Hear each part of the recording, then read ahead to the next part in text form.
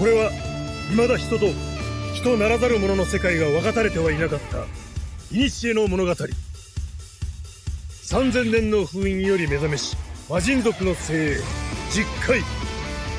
その支配はブリタニア全土に及び暗黒の時代が訪れた。しかしその暗黒の力に戦いを挑む者たちがいた。リオネス王国が誇る伝説の騎士団、その名も七つの大罪。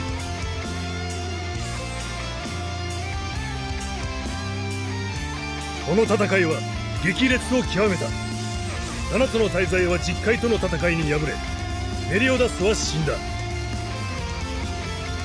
やがてブリタニアに暗黒の時代が訪れ、リオネス王国にも実海の魔の手が迫るが、七つの大罪の活躍と復活を果たしたメリオダスにより、グレイロードとフラウドリンが撃たれ、リオネス王国は守られた。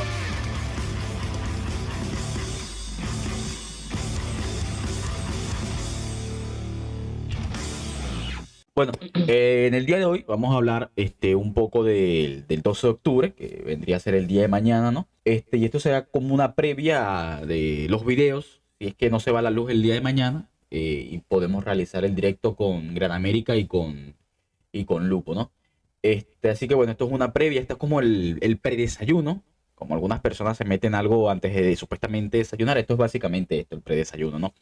Este...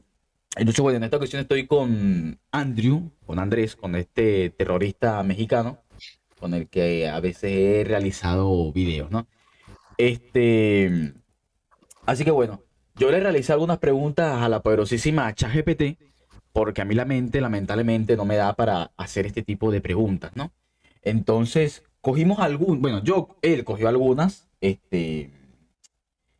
preguntas, ¿no? Para por decirlo así, especial.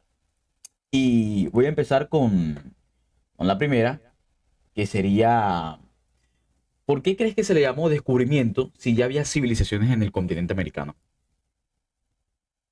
Bueno, primero que todo, muy buenas. Hace mucho que no estaba en el canal de Omar. Yo soy Andrew o Andrés. Para los más viejos van a saber quién soy. Y en resumen, bueno, lo que vamos a hacer, vamos a hablar un poco de estos temas antes del día 12 de octubre. Este es un preludio, creo que esa es la palabra que Omar buscaba, preludio. Eh, y con eso vamos a dar paso a justamente las preguntas, ¿no? Y la primera pregunta que, bueno, lo acaba de mencionar Omar, que por qué crees que se le llamó descubrimiento si había civilizaciones en el continente. Y bueno, perdón, eh, depende mucho, evidentemente, de la perspectiva. Y sin embargo, al final, este debate sobre si es descubrimiento o que no hubo descubrimiento y todo, realmente corresponde a una noción alejada de lo que es la historiografía. Disculpen, para que entiendan, la historiografía es la ciencia de la historia, es la ciencia que se encarga de estudiar la historia justamente. Entonces, dentro de lo que es esta historiografía, y probablemente aquí el sector indigenista no va a estar de acuerdo conmigo, sí se puede hablar evidentemente de un descubrimiento. ¿Y por qué se puede hablar de un descubrimiento? Porque desde la óptica europea no conocían América. Es decir, hasta 1492 todo el desarrollo europeo prácticamente se había centrado en lo que es Europa, sí, toda Europa prácticamente, el norte de África, una parte de la África subsahariana y de expediciones solitarias y más por voces, la parte asiática hasta cierto punto, y bueno, la parte árabe evidentemente también. Entonces, en todo ese momento no se conocía la existencia de América, no se sabía de nada. Y el viaje de Colón lo que hizo fue dar paso a que los europeos, en ese sentido, sí descubrieran que que existían nuevas tierras a las que posteriormente, bueno, se les llamaría América por Américo Vespucci. Entonces, a pesar de eso, claro, esta visión no tiene que quedarse únicamente como la única, ya que no se puede mentir que sí que llega a ser una visión eurocentrista. Ahora, esto no significa que está mal y que tenemos que demonizar todo. No, no necesariamente, sino que significa que pueden existir otras visiones. Evidentemente, claro, al final todo este tipo de cuestiones siempre crean problemáticas y creo que los historiadores deben de ser ciertamente algo de árbitros, actuar un poco como árbitros a veces, porque si no, bueno, pasa este tipo de cosas que en redes sociales sobre todo se ve, en las que prácticamente, en las que prácticamente no se llegan a consensos claros y, por ejemplo, ocurre este tipo de cosas. El hecho de que había ya civilizaciones en el continente, evidentemente, también indica que había una noción de la territorialidad. Obviamente, la mayoría de los indígenas no conocía todo el continente en su forma como tal, pero eso no quita que no tengan una serie de concepciones respecto a lo que es la territorialidad, perdón, la posición geográfica, los límites de sus fronteras, el comercio, sobre todo para el comercio. Existía una serie de comercios entre incluso Mesoamérica y la zona andina. Entonces, en un resumen, lo que podemos decir es que, claro, la palabra al final descubrimiento prima, evidentemente, porque es mucho después, en ese momento tengo entendido que no se le considera como tal descubrimiento, o al menos no habría esta filosofía como tal, pero también hay que matizar que evidentemente es el descubrimiento sí se puede hablar desde una perspectiva más europea y historiográficamente es cierta que sí se descubrió América, al menos para la visión de los europeos. Pero evidentemente no por eso significa que los indígenas no tenían ningún tipo de concepto y que llegó el hombre europeo y bueno, les dio todo. Ok, vamos con la pregunta número 5, Andrés. ¿Consideras tú que la llegada de los españoles fue una conquista o una invasión al territorio? La segunda y ya empezamos fuerte. Esta pregunta es la más radical en Twitter, en TikTok. Todo. Yo ya la veo en redes y digo, no, yo ya no me quiero meter a esta discusión después de 3 años de estar viendo todo esto. A ver, volvemos a lo mismo. Una cosa es la historiografía, la ciencia que estudia la historia, y otra cosa es el ensayo, la propaganda, la ideología, etcétera. O sea, son dos cosas diferentes que hay que ponerlos primero en pie, porque se pueden confundir estos conceptos. ¿Qué podemos decir? ¿Fue una conquista o una invasión? Pues realmente se pueden decir que fueron las dos. O sea, esto desde la historiografía, ¿ok? No me quiero meter aquí en que para la visión hispanista esto fue una conquista o que para la visión indigenista esto fue una invasión. Realmente fueron las dos. Fueron las dos y se puede hablar evidentemente otra vez de una conquista para lo que era el punto de vista castellano, en este caso, era la adquisición de nuevas tierras que ahora pasaban a ser parte de la monarquía hispánica, pero también se puede hablar de invasión por parte de las entidades nativas, indígenas, y de hecho hay testimonios para eso, ¿eh? Ahora, ¿cuál es la cosa? Otra vez volvemos a lo mismo. La historia no es ni blanca ni negra. Yo siempre digo que tiene una serie de grises, pero que es verdad que a veces hay unos grises más claros y hay a veces unos grises más oscuros. El hecho de que hubieran indígenas en el bando español no significa que por tanto se invalida toda la idea de la invasión, como algunos quieren proponer, como el bando hispanista quiere proponer, de que como Cortés tenía todo, bueno, más bien como Cortés estaba con los tlaxcaltecas, que dieron paso a la caída de Tenochtitlán, eso no significa que no fue una invasión, porque evidentemente desde el punto de vista de la propia entidad mexica, por supuesto que fue una invasión a su territorio, fue una invasión a sus dominios, fue una invasión a todo. Y luego, por ejemplo, eso se refleja mucho con la entrevista, o sea, con entrevistas posteriores, ya con el virreinato un poco más asentado, con lo que eran los viejos sabios del Imperio Mexica, de la Triple Alianza, que evidentemente para ellos era un retroceso increíble toda la llegada del europeo, la colonización y todo. Pero es que este tipo de invasión también la vemos en otros sitios, ¿eh? Y ojo, por ejemplo, hay un libro muy bueno que se llama El Chilambalam, que lo escribió un mestizo yucateco, creo, si mal no me equivoco, y él habla justamente de cómo, o sea, desde su punto de vista, eh, toda la llegada de los europeos lo único que ha hecho ha sido degradar terriblemente el tejido indígena, el tejido social indígena. Ha sido básicamente destruirlo.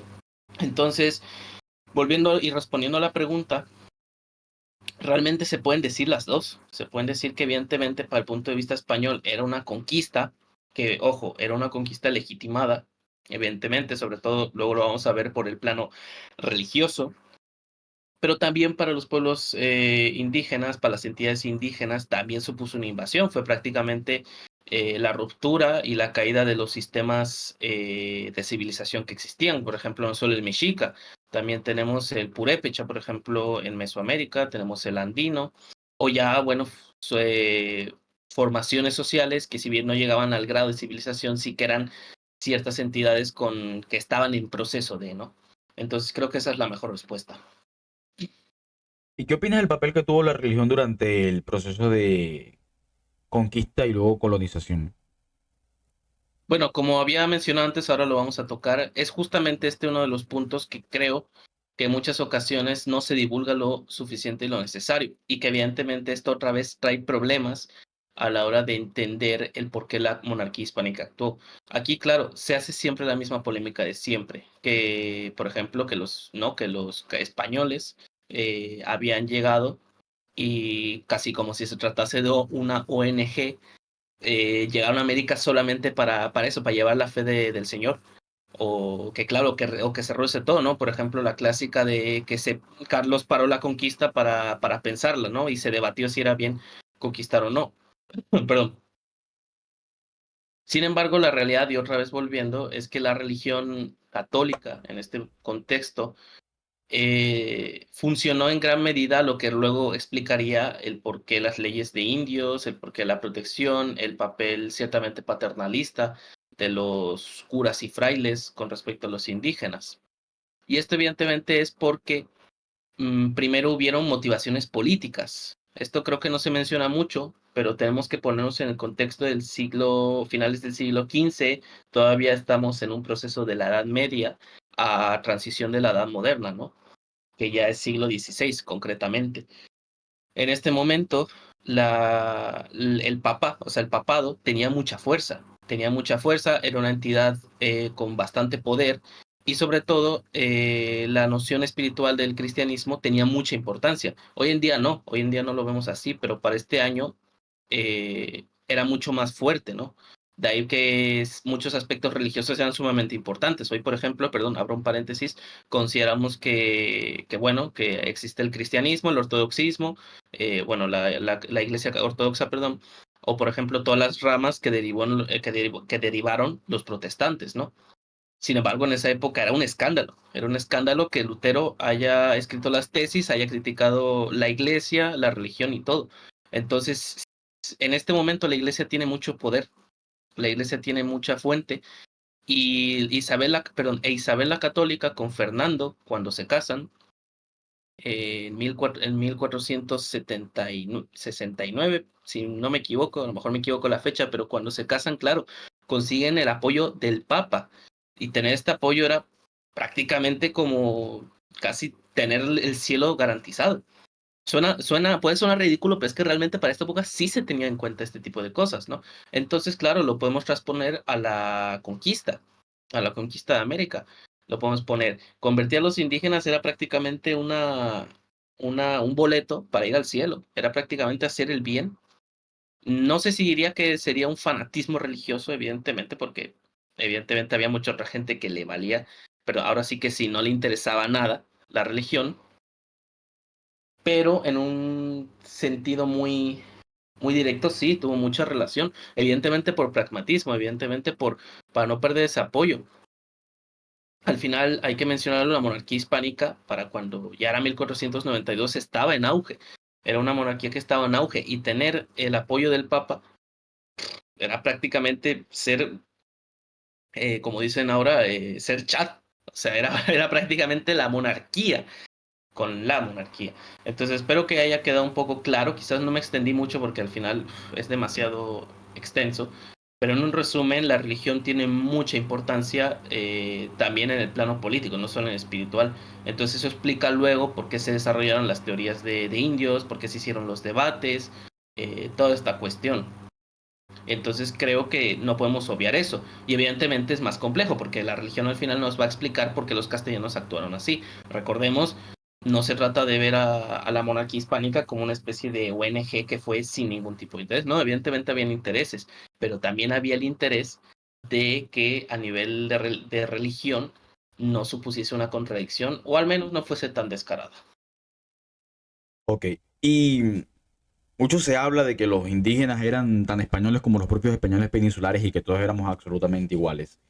Los pueblos indígenas fueron realmente vistos como iguales ante los españoles peninsulares o como seres inferiores en algunas ocasiones o casi siempre por lo general. Otra pregunta que despertará probablemente muchas polémicas. A ver, la verdad aquí yo sí voy a tirar a más a un gris oscuro, pero evidentemente más matizado.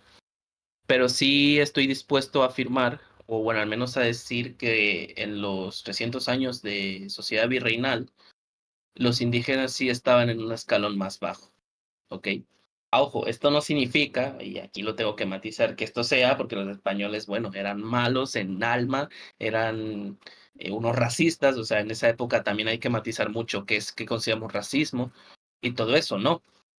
Todo esto viene otra vez de procesos históricos que se van formando y todo esto va siendo mucho, posteriormente todo esto va siendo desarrollado. Es verdad que a principios de la conquista y sobre todo que aquí se usan muchos argumentos, ¿no? Para decir que sí, que los indígenas estaban prácticamente a la par de los españoles. Es verdad que a principios de la conquista, no solo de México, o sea, de México Tenochtitlán, de lo que sería el Imperio Mexica, sino de lo que ya es luego sería el Virreinato de Nueva España, por una cuestión pragmática, al final los castellanos optaban por permitir que muchos indígenas pudieran conquistar zonas y asumirlas, ¿no? Y tener este mayor poder político, si así le podríamos decir, ¿no? De ahí tenemos, por ejemplo, a Conín, fundador de Querétaro, o tenemos a otros personajes que ahora no me acuerdo, pero sí podemos ver una serie de relaciones simétricas, es decir, sí podemos ver una especie de relaciones de tú a tú, prácticamente, ¿no? Una serie más de pactos y de todo eso. Que ojo, esto no fue porque, otra vez matizado, porque los españoles eran una ONG y veían a los indígenas como si fuesen sus hermanos, ¿no? O sea, este tipo de pragmatismo se ha hecho siempre. Se ha hecho siempre. En el mejor ejemplo en las monarquías europeas son los matrimonios. A pesar, por ejemplo, María Tudor, María Tudor que era castellana y se casó con un rey inglés. Y eso que supuestamente se llevaban con las patas, ahora sí que sí. Entonces, pero volviendo al punto, evidentemente también vemos, y aunado con la religión, que se va deteriorando ese tipo de relaciones, se va deteriorando. Y una de estas razones, por ejemplo, que es lo que mencionamos, fue la religión misma. En un principio, de hecho, es curioso esto, porque los indígenas en un principio, los que eran ya cristianos, sí se los asumía como por iguales y por tanto podían ser juzgados con la Inquisición. Tengo que meter la Inquisición para que se entienda el siguiente contexto, ¿no? ¿Qué significa poder ser juzgado por la Inquisición? Que en parte tú estás a la par prácticamente. Si en España te podía juzgar la Inquisición, pero en Castilla te podía juzgar la Inquisición por algún motivo. Si en América al indígena lo juzgan es porque sí podemos hablar de una especie de simetría entre el indígena y el español. ¿Qué pasa? Que evidentemente con el tema de los abusos, cuestiones ideológicas, bueno, ideológicas, perdón, teológicas, también una especie de pragmatismo, sobre todo también la convivencia por mucho que a nivel legal se decían que eran cristianos y que no se les puede hacer nada, al final, recordemos, son poblaciones con contextos muy diferentes, de los indígenas y los castellanos. Todo esto va fomentando que poco a poco se decida, en cierta manera, relegar a los indígenas a un segundo paso, perdón, a un segundo plano. Entonces, poco a poco, sí se va tejiendo una relación más asimétrica, donde ahora sí se puede decir que están los castellanos en la cúspide alta del poder y los indígenas quedan en los estratos más bajos. Claro, hay caciques o indígenas que tienen poder, pero nunca se puede, creo que no se, bueno, más que nunca, no se puede afirmar que ese poder sea, que ese poder sea precisamente alto, o sea, un poder tan amplio. Muchas veces se relegaban alcaldes de zonas, alcaldes de municipios, de cabildos sobre todo, y de todo ello. Y como lo dije, uno de estos es la religión, que es lo que mencioné de la Inquisición. Eh, el último juzgado por la Inquisición española en América fue Carlos Ometoxtin, un indígena al que se le acusó, bueno, se le descubrió prácticamente una serie de figurillas de ídolos, lo que serían los ídolos, y él prácticamente aceptó su muerte. Y eso que él había sido criado en una escuela con el objetivo de que él sea totalmente un alumno ejemplar y represente lo que era todo el programa de la evangelización. Prácticamente claro, al final la muerte de Ometochtin fue simplemente la gota que ramó el vaso, pero es lo que posteriormente hizo que los indígenas ahora sean considerados como neófitos, es decir, como apenas conversos a la religión católica, y por tanto no los podían juzgar por la Inquisición. Pero claro, a su vez eso proporcionó que como no pueden ser juzgados a la Inquisición, por tanto quedaban en un segundo plano, porque entonces ya no eran iguales a los españoles y no eran privilegiados en este sentido, sino que simplemente quedaban como en una especie de tuto, como una especie de tutelariedad, diría yo, bajo la figura de los españoles. Ok. ¿Y qué consecuencias culturales o sociales seguimos viendo producto en nuestros días de la conquista de América? En esta sí no me voy a exponer, no voy a expandir mucho.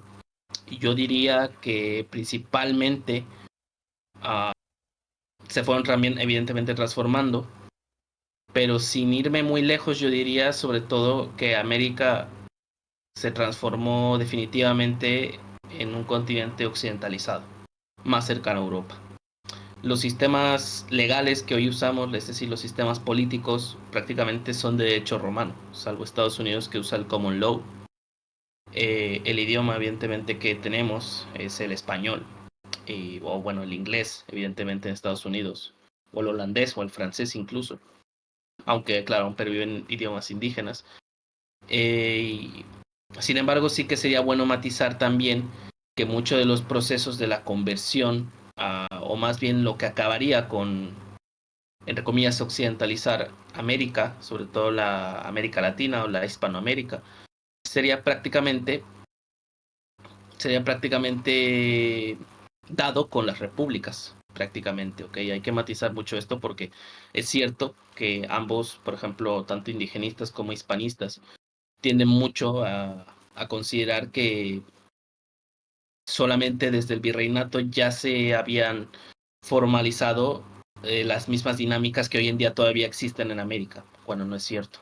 Tenemos también que estudiar qué ocurrió en la República, cómo manejaron y cómo yo, al menos en mi opinión, sí me atrevo a decir que las repúblicas fueron quienes sintetizaron de mucha mejor manera, eh, pues sí, la europeización de América, en un plano, en un contexto mucho más directo, mucho más pragmático, mucho más funcional.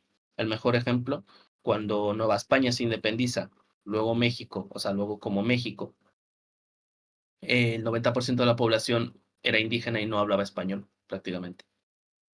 Ok. Entonces, tuvo que ser la República quien prácticamente se encargó de hacer esa tarea. ¿Y qué significa para ti, al menos desde el punto de vista personal, el 12 de octubre? Y ya nos van quedando pocos minutos, Andrew. Perfecto, vamos bien, creo. Pues para mí el 12 de octubre es el día 12 del mes de octubre. No, no es cierto. No, el 12 de octubre es que volvemos a lo mismo. No, o sea, no quiero verme como un erudito, evidentemente, pero el 12 de octubre yo lo veo como simplemente una lucha de ideologías. El hispanismo al final, quitando, claro, la vertiente historiográfica, que no cae en muchas de estas mentiras, o más bien mitos históricos y nacionalistas, eh, al final sigue una serie de objetivos. Es decir, sigue el objetivo de la reunificación. Yo siempre digo que es una variante del nacionalismo español y de todo. Y entiendo que exista, evidentemente, la contraparte que es el indigenismo, ¿no? Que es el indigenismo, no sé si decirlo radical o qué, porque la verdad no lo he estudiado mucho. Entonces, yo lo que veo es que son una lucha de ideologías, que eso sí es cierto, sí considero que lamentablemente está triunfando la hispanista. Y ojo, no lo digo en el sentido que porque yo me creo indígena y que creo que hay que regresar a 1492, no, sino porque eh, evidentemente trae detrás una serie de cuestiones relacionadas a conservadurismo, a todo eso, y bueno, cosas que en lo personal a mí no me terminan de cuadrar. Yo personalmente ya no me meto en ese tema, yo digo, mira, es 12 de octubre, es un día más, tengo que hacer mis cosas y punto. O sea, no me quiero meter en eso porque digo, pelear, o sea, pelear con alguien que tiene una ideología diferente a ti es como pelear con una pared. Y ojo, lo digo de ambos lados, ¿eh? Tanto pelearte con un hispanista o pelearte con un indigenista es igual. Es igual, solo cambian las expresiones, pero la base es la misma. Ok, pero bueno, creo que más bien con la pregunta número 10 respondes a la pregunta número 12 que dice que si piensas que se debería de seguir celebrando esta fecha o transformarla en un día de reflexión histórica. Ya, A claro, ver, ya que dices que te da igual, es como que, bueno, me da igual que la celebren o no. no. No, o sea, a mí me da igual, a mí, o sea, a mí personalmente me da igual, pero a ver, es que ¿sabes qué pasa? O sea, es que volvemos a lo mismo, volvemos a lo mismo, o sea, si eres hispanista, evidentemente este día lo vas a celebrar. Si eres indigenista, lo vas a celebrar. ¿Qué creo yo personalmente que se debe hacer? Bueno, que estas dos corrientes no existan y nos provocan más pelea, porque eso es lo peor de todo, que nos provocan más peleas como sociedad. No, es que es cierto. O sea, y ojo, yo no caigo en la mentira esa de que es que todos somos hermanos. No, yo no pienso eso. Yo pienso que tienen que existir una serie de nociones básicas de respeto, eh, quizás de reflexión y de todo. Es verdad que considero que deberíamos ser mucho más grises y muchos más matizables y entender que, ok, está bien, los españoles no llegaron, no eran unos genocidas, no llegaron a destruir el continente casi como si fuesen el mal encarnado. Ok, pero tampoco es apropiado decir que los indígenas eran unos tontos, estúpidos, que no sabían nada, que estaban haciendo, que estaban haciendo así cuando llegaron los españoles y dijeron, oh, España, oh, y se arrodillaron y dijeron, civilícenos, por favor. O sea, no, o sea, yo creo que lo que se debería hacer es matizar, lo que se debería hacer en cierta manera, sí, bueno, sí, abandonar un poco los nacionalismos y superar muchas de estas cosas, porque parece que no, pero es que hasta en la historiografía este tema todavía tiene mucho peso político. Y eso que la historiografía sí intenta salirse o desmarcarse de esto, al menos para comprender lo que sucedió en esa época. Vale, Porque básicamente eres perdóname. progre. No, no exactamente. Pero sí creo que, no, es que yo creo que para ambos lados sí se debería de superar un poco y se debería pensar o más bien reflexionar y todo. No caer en cuestiones ideológicas. Para mí los nacionalismos dividen, en general, para mí los nacionalismos dividen y más, bueno, si está relacionado con, bueno, con el país que una vez sí fue su gran imperio, su gran monarquía y que hoy en día por ese tipo de motivos nacionalistas, bueno, provoca más pelea. Entonces, al final, no lo sabría, exactamente no te sabría decir si es bueno celebrar esta fecha o qué. Al final, es lo que te digo, el hispanista lo va a celebrar, el indigenista lo va a odiar, y luego es viceversa. Cuando es la independencia de cada país de América, el indigenista lo celebra, y el español, ¿qué hace? Se queja. O sea que tú me estás llamando a mí indigenista por celebrar el día de mi independencia, ¿o cómo? No exactamente, tú eres bolivariano chavista. No, no te creas. Bueno, yo creo que hasta aquí termina la llamada. Te voy a banear muy probablemente del servidor por lo que acabas de decir. Este, pero no, bueno, ya hasta aquí el video. Este, pues bueno, yo lo único que puedo decir es verdad, es como dice Andrew, que reflexionen seriamente sobre esta fecha, que se tomen 2 minutos de su vida, ¿no? Tampoco mucho, incluso cuando vayan a cagar, que piensen ahí, ¿no? Mientras están defecando. No lleven el celular, no lleven el celular porque si no, no reflexionan. Y lo otro es que simplemente lean, de verdad, y dejen de ver conferencias de propagandistas, porque es que ya, la verdad, esto ya está los huevos cada vez que me viene alguien a comentar, ve las conferencias de Marcelo Gullo, mira el doctor Patricio Alonso, esos no son Solo, doctores. solo para Solo para decir una cosa con esos dos señores no son historiadores, son ensayistas. Lo que hacen es un ensayo, no es una, no es una cuestión historiográfica. Si quieren leer un verdadero libro que sea historiográfico, la mejor forma para saberlo es que ese libro te aburre. Si ese libro te aburre, eso es historiografía. Si en cambio es como Cuyo, que te despierta emociones, que te va diciendo, te mezcla conceptos o te va diciendo lo gran orgulloso que deberías estar, ese libro no es historia, ese libro es propaganda. Sí, y eso sería el video de hoy, yo creo. Y bueno, ya mañana realizaremos un en vivo, yo creo que con... No, yo te escucho. Y bueno, yo creo que mañana realizaremos el en vivo con Gran América y con Lupo, si es que están vivos o yo estoy vivo para el día de mañana. Así que bueno, he llegado hasta esta parte. Recuerden comentar Viva Chávez allí en la caja de comentarios y darle me gusta y compartir al video que ayuda muchísimo.